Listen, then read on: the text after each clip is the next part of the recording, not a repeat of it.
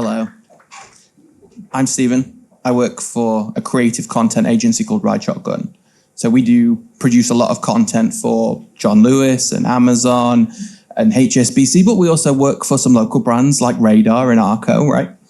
And my job title is Director of Strategy and Digital Marketing. That's relevant because not only is the business, 50% B2B, B2C, my job is firstly to set the strategy, say what we're going to do, what we're going to produce, where is it going to go?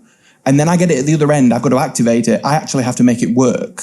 So I only do things that are going to work.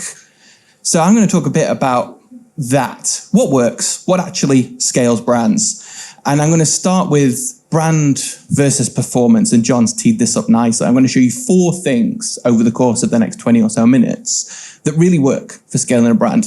We'll talk about brand versus performance first. And John teed this up too. Growth really comes from the combination of mental availability. That is, do I think about this brand in a purchasing decision? Do I think when I want something, that's the first brand that comes to my mind? And the physical availability is, can I find it? And people think that they can kind of hack this. And a great example of that would be Logan Paul with his brand Prime, created an enormous amount of mental availability. Everyone wanted some Prime, but they couldn't find it. They couldn't buy it. There was no physical availability. And as a result, when physical availability catches up, it costs 12 pence now. No one can generate growth just by hacking these things. So you need both of these things. You need to build the mental availability, the fame, the moment in the mind when you think, I need that thing.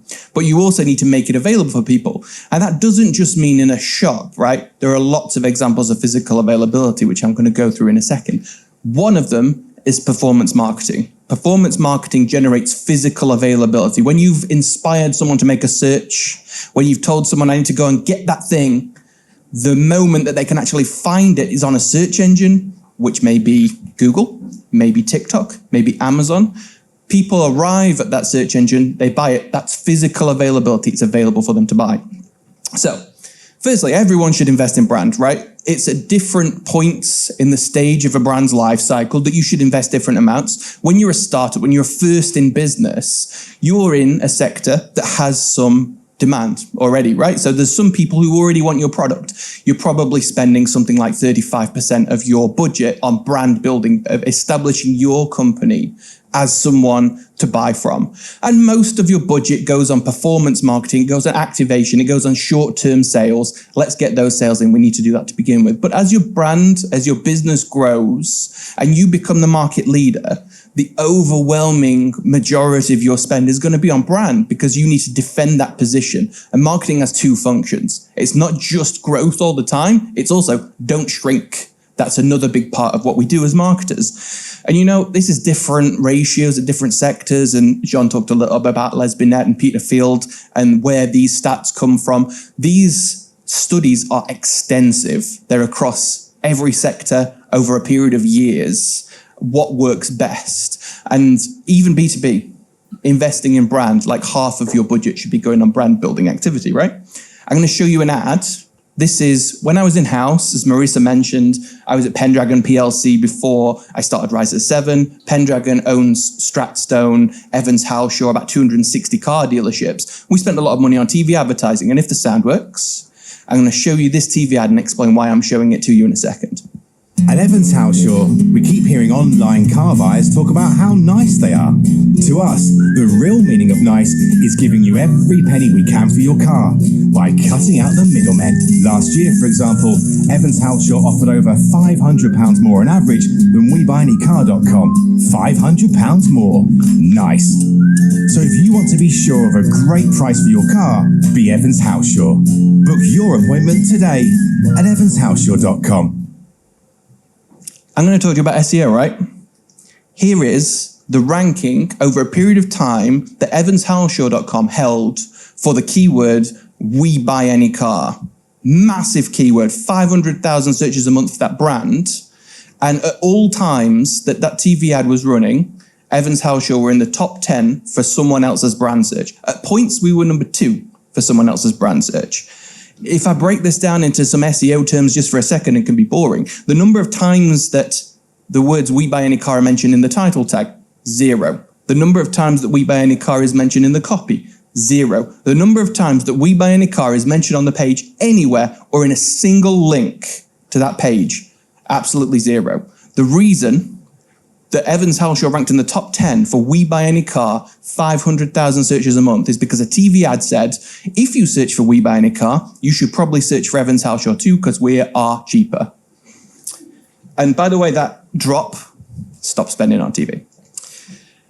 Interestingly enough, there's a study from Tom Capper who shows that the correlation between rankings and brand search volume, the number of people who are searching for that brand, is higher than the correlation between that and domain authority. Domain authority is Moz's metric of how likely you are to rank based on just the links that are going into your page.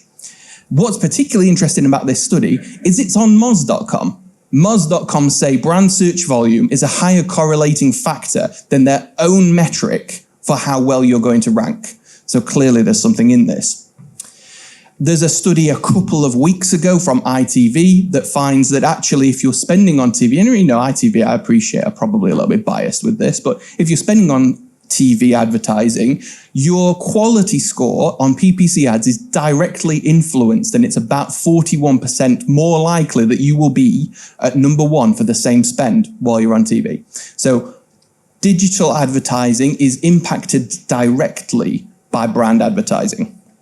So as John said, you know, excess share of voice is a really useful metric, and really you could break it down like this. Say more than everyone else does.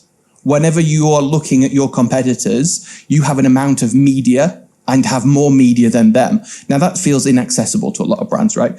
But we have to remember that there are more than one type of media. There's not just paid advertising. It's not just me saying, you know, you need to be on TV. Because actually, most of the brands that we work with are on TV sometimes, but that's not the primary reason that their brands are growing. One of the brands that I worked with for a long period of time was called Lounge Underwear. Lounge grew massively on the Times 500 top fastest growing brands for several years in a row, doing nothing but influencer marketing, literally the only channel that they invested in. And the reason is because they used influencers to have a greater share of voice on social media, earned media, than any of their competitors did. So really, it's literally just say more than the other brands in your sector, so that when someone is having that moment, that mental availability is yours. When someone wants to buy some underwear, they think Lounge, because I've seen it more recently, I've seen it more often. We could break it down like this. Mental availability, yes, it's TV, but it's also PR, it's also influencer marketing, it's also social media. Those things, we need to be doing those things if we want to have higher mental availability than our competitors. And physical availability, it's search rankings, it's appearing when someone is searching on TikTok, Pinterest, on YouTube, on Google, wherever it might be. And that's what generates growth. So number two, one of the big differences between brand advertising and performance marketing generally is how brands talk about themselves in those contexts. Because there's a real tendency in performance marketing to really sell features, our USPs. What's great about this? What's the function of the brand? What's the function of the product we're selling? But actually, if we want to generate brand growth, we need to do that. That's physical availability, but we also need to be famous. We need to find ways to make ourselves famous.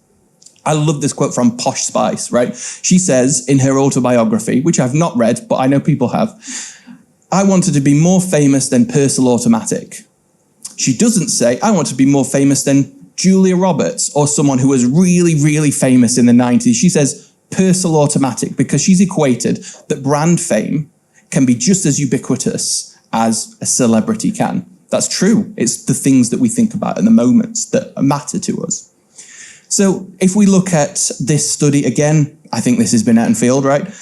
Large business affects really just revenue growth. We're talking about business growth metrics here. The amount of business growth we generate through brand building, fame-making campaigns is about 3 times as much overall as when we're doing things just for activation. We're just trying to get short-term sales. So clearly there's a function, there's a reason for us to do those things, but actually brand advertising, brand marketing generates more growth for our businesses to the tune of about 3 times. And actually, when we're using fame-making campaigns, they generate more sales. So when we are often asked by our clients, can we get some CTAs in there? Can we get some USPs in there? Can we get the particular product in there a little bit more? Generally speaking, that sells less than the advertising, than the content, than the PR, whatever it might be, that just makes us more famous, that just makes people think about us, makes people feel a little bit more positively about us. Number 3, and John talked about this a little bit as well, there are some really interesting stats that I think were from BCG, that it's 95% cheaper to retain a customer than it is to sell to new ones. That is true if you were in a services business, and it's absolutely untrue in every single other sector. I'm going to show you an advert really quickly again. Really quick one.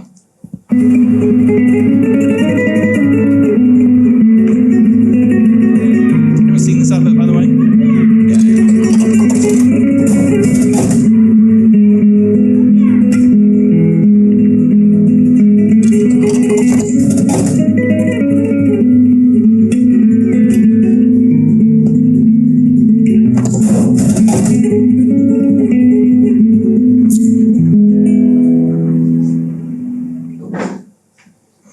So, Pepsi, one of Ride Shotgun's clients, has 71% of its customers also buying a Coca-Cola on a monthly basis. That's generally true across most sectors. We think that our customers are quite loyal, and they probably aren't. So we're not going to generate more growth by just kind of retaining the customers we've got, particularly because they're also spending with our competitors, generally speaking, too.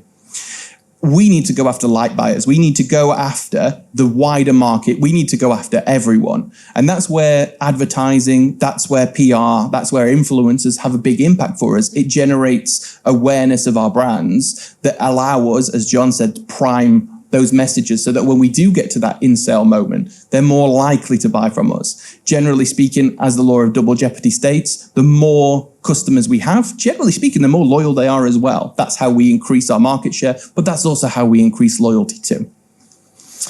Generally speaking, our campaigns that are going for generating new customers usually show a greater degree of effectiveness, a higher ROI as well, right?